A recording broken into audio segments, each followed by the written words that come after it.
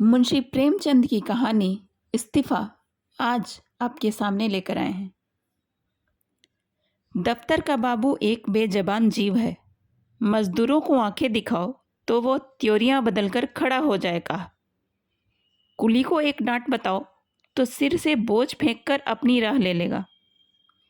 किसी भिखारी को दुत्कारो तो वो तुम्हारी ओर गुस्से की निगाहों से देखकर चला जाएगा।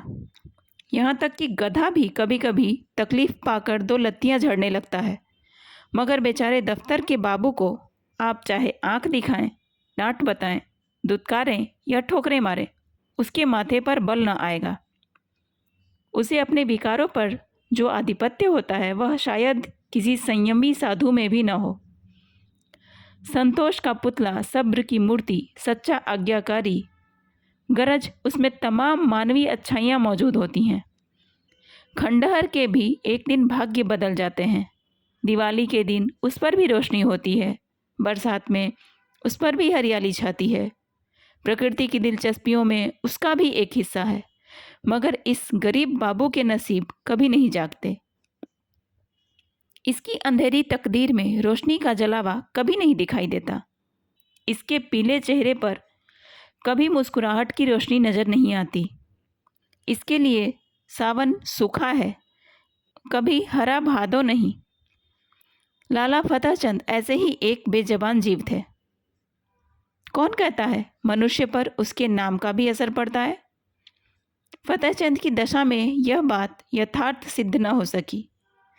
यदि उन्हें हारचंद कहा जाए तो कदाचित यह अत्युक्ति न होगी। दफ्तर में हार, जिंदगी में हार, मित्रों में हार, जीवन में उनके लिए चारों ओर निराशाएं ही थीं। लड़का एक भी नहीं, लड़कियां 3, भाई एक भी नहीं, भौजाइयाँ 2, गांठ में कौड़ी नहीं, मगर दिल में आया और मुरव्वत सच्चा मित्र एक भी नहीं। जिससे मित्रता हुई उसने धोखा दिया। इस पर तंदुरुस्ती भी अच्छी नहीं। 32 साल की अवस्था में बाल खिचड़ी हो गए थे, आंखों में ज्योति नहीं, हाजमा चौपट, चेहरा पीला, गाल चिपके, कमर झुकी हुई, न दिल में हिम्मत न कलेजे में ताकत। 9 बजे दफ्तर जाते और शाम 6 बजे को लौट कर आते। फिर घर से बाहर निकलने की हिम्मत न पड़ती। दुनिया में क्या होता है इसकी उन्हें बिल्कुल खबर न थी। उनकी दुनिया, लोक परलोक जो कुछ था दफ्तर था। नौकरी की खैर मनाते और ज़िंदगी के दिन पूरे करते थे।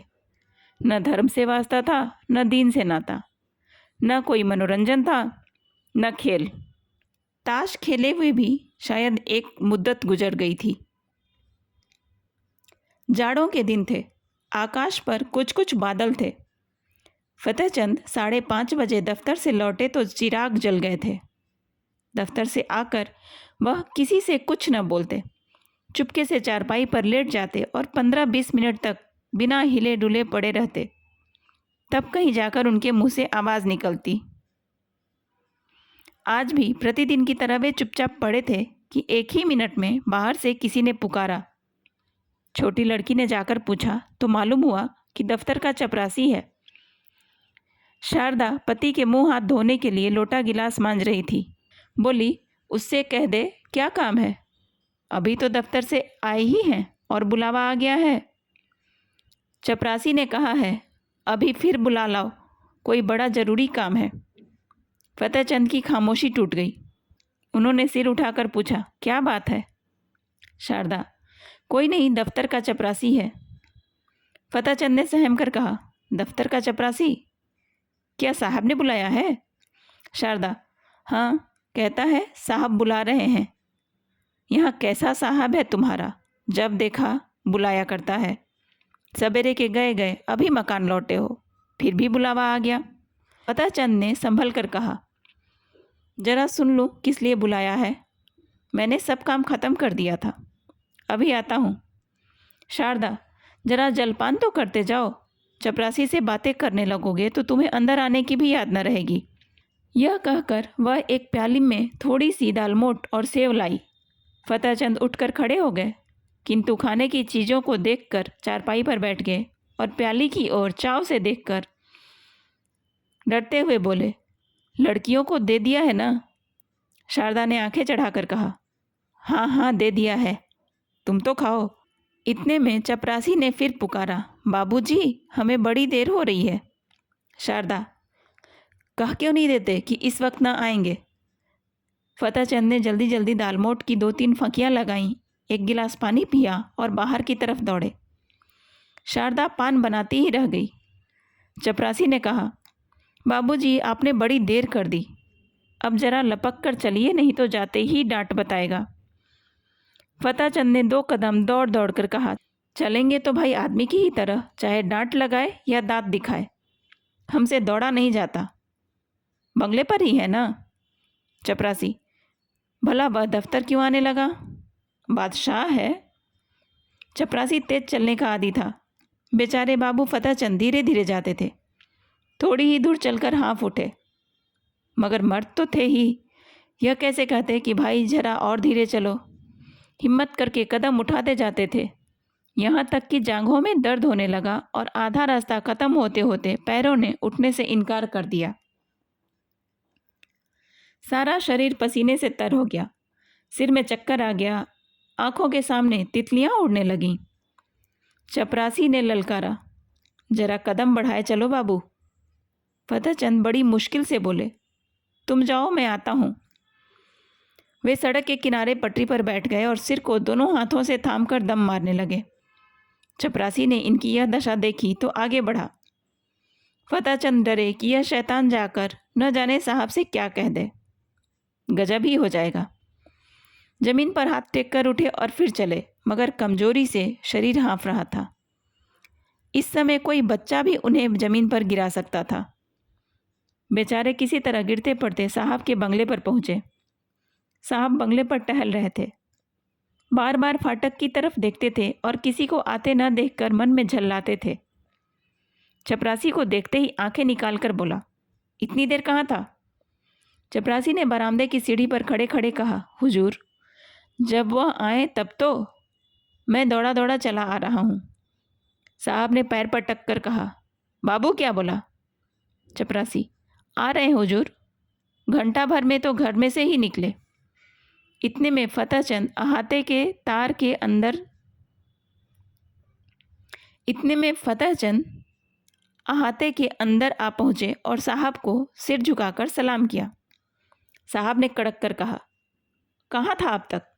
फतेहचंद ने साहब का तमतमाया चेहरा देखा तो उनका खून सूख गया। बोले, हुजूर अभी अभी तो दफ्तर से गया हूँ। जो ही चपरासी ने आवाज़ दी हाजिर हुआ। साहब, झूठ बोलता है, झूठ बोलता है, हम घंटे भर से खड़ा है। फतेहचंद, हुजूर मैं झूठ नहीं बोलता, आने में जितनी देर हो गई हो बस, मगर घर से चलने में मुझे बिल्कुल देर नहीं हुई। साहब ने हाथ की छड़ी घुमाकर कहा, चुप रह सुअर, हम घंटा भर से खड़ा है, अपना कान पकड़ो। फतेहचंद ने खून की घूंट पीकर कहा, हुजूर मुझे 10 साल काम करते हो गए कभी। साहब, चुप रह सुअर, हम कहता है कि अपना कान पकड़ो। फतेहचंद, जब मैंने कोई कसूर किया हो। साहब, चपरासी इस सुअर का कान पकड़ो।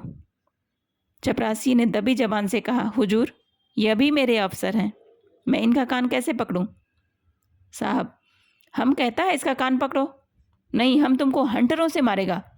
चपरासी, हुजूर मैं यहाँ नौकरी करने आया हूँ, मार खाने नहीं, मैं भी इज्जतदार आदमी हूँ। हुजूर अपनी नौकरी ले लें, आप जो हुक्म दें वह बजा लाने को हाजिर हूँ, लेकिन किसी की इज्जत नहीं बिगाड़ सकता। नौकरी तो 4 दिन की है, 4 दिन के लिए क्यों जमाने भर से बिगाड़ करें। साहब अब क्रोध को बर्दाश्त न कर सके, हंटर लेकर दौड़े।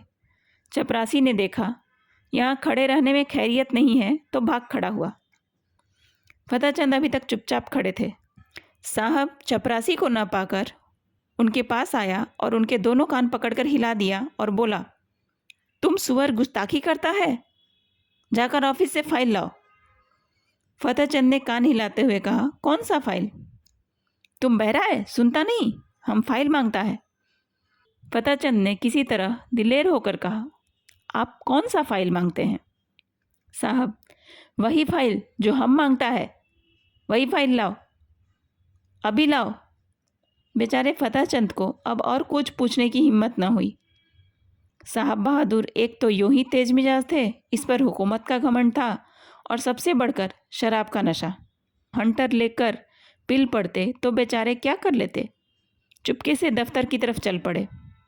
साहब ने कहा, दौड़ कर जाओ, दौड़ो। फतेहचंद ने कहा, हुजूर मुझसे दौड़ा नहीं जाता। साहब, ओ तुम बहुत सुस्त हो गया है, हम तुमको दौड़ना सिखाएगा, दौड़ो। यह कहकर साहब हंटर लेने चले। फतेहचंद दफ्तर के बाबू होने पर भी मनुष्य ही थे। यदि वह बलवान होते तो उस बदमाश का खून पी जाते। अगर उनके पास कोई हथियार होता तो उस पर जरूर चला देते, लेकिन उस हालत में तो मार खाना ही उनकी तकदीर में लिखा था। वे बेतहाशा भागे और फाटक से बाहर निकलकर सड़क पर आ गए। फतेहचंद दफ्तर न गए। जाकर करते ही क्या? साहब ने फाइल का नाम तक न बताया, शायद नशा में भूल गया। धीरे धीरे घर की ओर चले, मगर इस बेइज्जती ने पैरों में बेड़ियां सी डाल दी थीं। माना कि वह शारीरिक बल में साहब से कम थे, उनके हाथ में कोई चीज़ भी न थी, लेकिन क्या वह उसकी बातों का जवाब न दे सकते थे? उनके पैरों में जूते तो थे, क्या वह जूते से काम न ले सकते थे? फिर क्यों उन्होंने इतनी जिल्लत बर्दाश्त की? मगर साहब की क्या? यदि वह क्रोध में उन्हें गोली मार देता तो उसका क्या बिगड़ता? शायद 1-2 महीने की सादी कैद हो जाती, संभव है 200-400 रुपये जुर्माना हो जाता, मगर इनका परिवार तो मिट्टी में मिल जाता। संसार में कौन था जो इनके स्त्री बच्चों की खबर लेता? वह किसके दरवाजे पर हाथ फैलाते?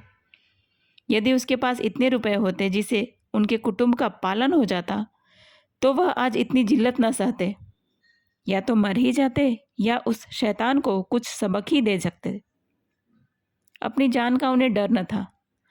जिंदगी में ऐसा कौन सुख था जिसके लिए वह इस तरह डरते? ख्याल था तो सिर्फ परिवार के बर्बाद हो जाने का। आज फतेहचंद को अपनी शारीरिक कमजोरी पर जितना दुख हुआ उतना और कभी नहीं हुआ था। अगर उन्होंने शुरू से ही तंदुरुस्ती का ख्याल रखा होता, कुछ कसरत करते रहते, लकड़ी चलाना जानते होते, तो क्या इस शैतान की इतनी हिम्मत होती कि वह उनका कान पकड़ता, उसकी आंखें निकाल लेते? कम से कम उन्हें घर से एक छुरी लेकर चलना चाहिए था।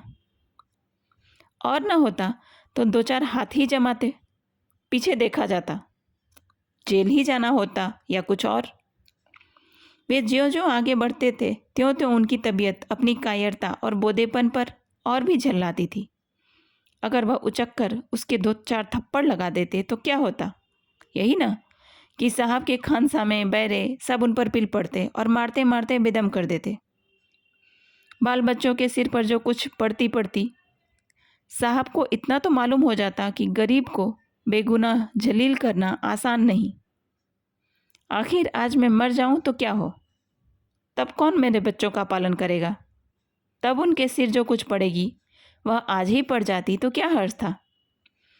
इस अंतिम विचार ने फतेहचंद के हृदय में इतना जोश भर दिया कि वह लौट पड़े और साहब से जिल्लत का बदला लेने के लिए 2-4 कदम चले। मगर फिर ख्याल आया, आखिर जो कुछ जिल्लत होनी थी वह तो हो ही ली। कौन जाने बंगले पर हो या क्लब चला गया हो। उसी समय उन्हें शारदा की बेकसी और बच्चों का बिना बाप के हो जाने का ख्याल भी आ गया। फिर लौट चले घर की ओर।